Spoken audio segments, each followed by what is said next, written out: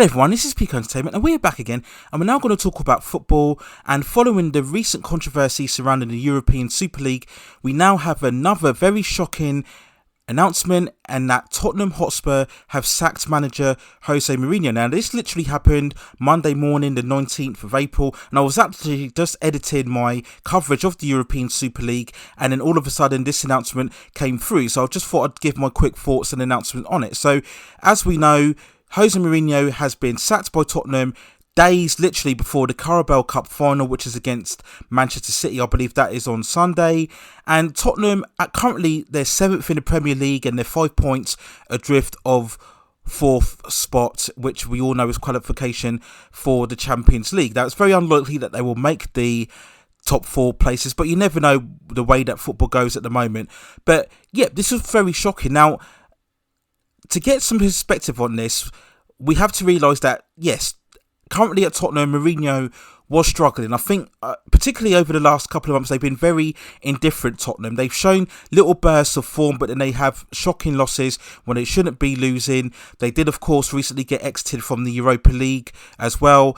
And what also doesn't help is, you know, Tottenham fans, they were always used to the more stylish, attacking, flair football, and you're never going to get that with Jose Mourinho. And I think the reason why he's always employed by clubs is because you look at his winning records at all of the clubs that he's been at: Chelsea, Real Madrid, Inter Milan, of course, and Manchester United. And even though he had a troubled time at Man United, he still managed to win some trophies. So that's really why he has been employed by so many clubs throughout his career, because he guarantees you trophies regardless of the playing style. But Tottenham weren't looking anywhere near like they were going to win any trophies or qualify for the Champions League as well. And this is an undercurrent that had been building up for months and months. As I mentioned before, the results hadn't been great either.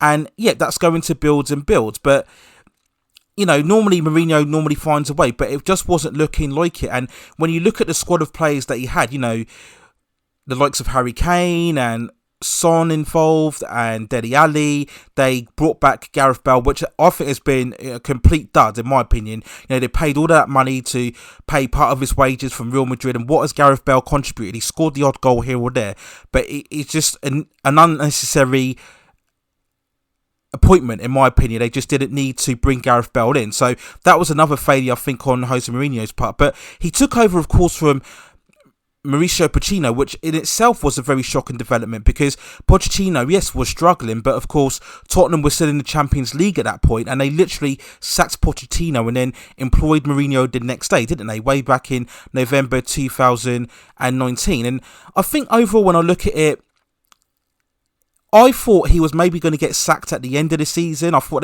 they would have given him that time, because as I mentioned, he's got a Carabo Cup Final, and he's also potentially, mathematically, could still qualify for the Champions League. So, you know, people were shocked. I think that's the reason why everybody is surprised by this sacking overall. But we do know, if you really follow behind the scenes that's going on, there have been rumoured incidents or speculations with certain falling out of players, certain incidents within the training ground as well. Now, we all know Mourinho is a very outspoken and can be a very toxic personality.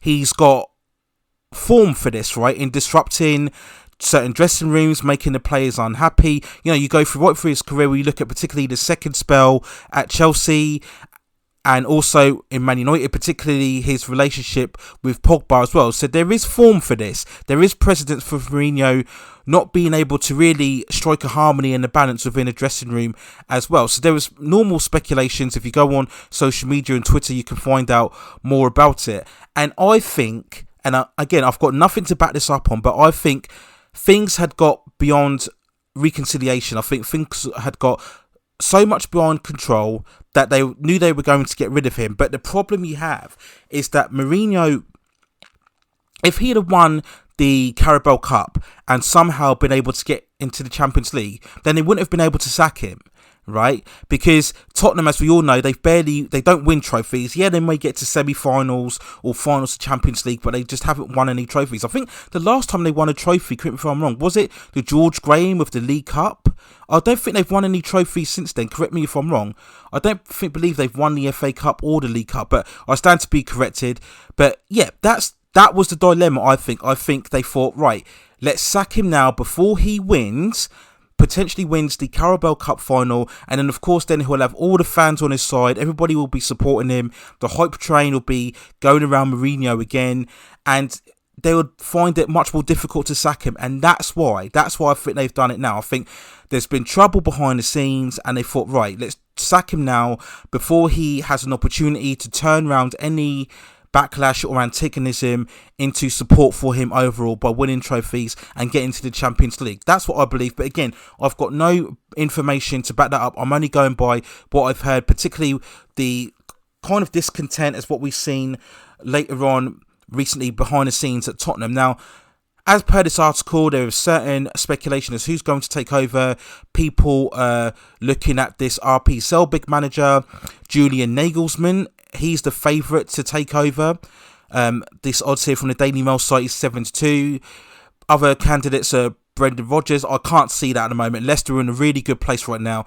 They are of course, in the FA Cup final against Chelsea, and they are, as we can see here, in prime position to qualify for the Champions League. So Brendan Rodgers has got it great at the moment. There's no reason for him to leave Leicester at the moment. If he goes to Tottenham, he of course will be under greater scrutiny. He'll be under greater pressure to turn things around straight away. He's not going to put himself in that position. Right now, he's exceeding expectations at Leicester. We look at the list as well. Ledley King, no, that's not going to happen. They're going to want an experienced manager in. Allegri, possibly 10-1, not a bad shout. Can't see Steven Gerrard at 12-1 note because he's just managed to wrestle control over the Scottish League. Rangers have won the Scottish League, I think, for the first time. Is it 10, 11, 12 years, something like that? So he's sitting pretty right now, so he's not going to move for him position. Benitez at 14-1, that's not a bad shout as well. Possibly Benitez, I think he's just been chilling out really for the last couple of years, hasn't been up to much. I don't know where they're getting Scott Parker from on that. They're giving odds of 12-1. I think you'd want greater odds for Scott Parker as well. Simeone 20-1. Atletico, I believe they're top of the league, aren't they? Liga, so I can't see that happening. I don't think Pochettino's going to come back either at 25-1. No way that will happen either. So these are very speculative odds that we're getting on here for who's going to exactly take over. But we will see in the future. But I just think, yeah, Mourinho, he never really, I think, maximised or utilised the real quality of that squad of Tottenham. And maybe that was a team that had already kind of peaked. Remember when they were getting to Champions League finals, like I said, Song, Kane, Dele Alli, they were really thriving. They had Vertonghen as well and Sissoko. All these other players, they were really thriving, and everybody was looking at Tottenham as potentially taking over. They did have brief spells, didn't they, when they were top of the league? I remember they were beating Arsenal a couple of times, and everybody thought this is the time maybe Mourinho's going to do it again. But no, it never really happened like that. And, you know, their last previous game, they drew 2-2 against Everton on Friday. And again, they dropped more points, and that hindered their progress in terms of trying to win the Champions League. So the Cup Final next week represents chances to lift silverware for the first time since their same triumph in the competition 2008. Yeah, so that's what, yeah, well over 10 years or so. Yeah, so I was right on that. So well over 10 years or so since they last won that competition. So again, if Mourinho had managed to win that title, it would have been, you know, literally impossible for them to sack him. But just overall, Mourinho, where does he really go on from here? Because the lustre over the supposed special one has truly been eradicated now. You know, we look at his recent spells at Man United in particular, and here at Tottenham, and even at Chelsea. Even though he did win the title when he first came back the second season, everything kind of fell flat again. And you know, he really is somebody who is a manager in the short term. He's able to come in, buy loads of players, assemble a high quality squad quickly, win a couple of trophies, and then get sacked the following season. You know, there's no long term plan, there's no sustainability with him, is there? And, you know, the luster has gone now, so where does he go next? Now, yeah, I'm sure he will eventually get another position at a top club. Probably maybe in Italy, I'd say maybe go back to Spain. maybe even Germany. I don't know if any of the top Europe Premier League clubs will take him back now. I'm not sure about that in the future, but we'll wait and see what happens for. I mean, I'm not crying for Mourinho at all because he's going to get a nice compensation package, as what all of these managers do. So there's no real struggle for him in the future. But I just think that aura that he had, that big reputation as a special one, it's finally, like I said, really dissolved now, if you like, rather, and he's just going to come across as a big flash in the pan in terms of being able to come in quick and look to get quick results and not sustain it. Clubs are going to be more wary now of employing Mourinho and giving him a massive amount to spend and not really following through on it. So that's the dilemma he's got now. But I'm pretty sure he will come back. There will always be some sort of club that are desperate to employ Mourinho in the future, so we will wait and see what happens there on the forefront. But yeah, just a very shocking announcement. Like I said, I thought they would have really waited to the end of the season, but I think it was just down to there had been trouble behind the scenes and they wanted to get him out now before he potentially won trophies and got on the Champions League, and it would have been far more difficult to let him go as well. So that's what I believe was the real reasons why. And of course, I'm pretty sure in the next day or two we'll get more revelations. I'm pretty sure Mourinho, when he has a couple of months away and then comes back in another job, he will not shy away from disclosing the details as to exactly what happened and what went wrong at his time at Tottenham overall. But those are my thoughts quickly on the shocking announcement of Tottenham Hotspur sacking Jose Mourinho. Let me know what you think in the comments below. What do you think about this news?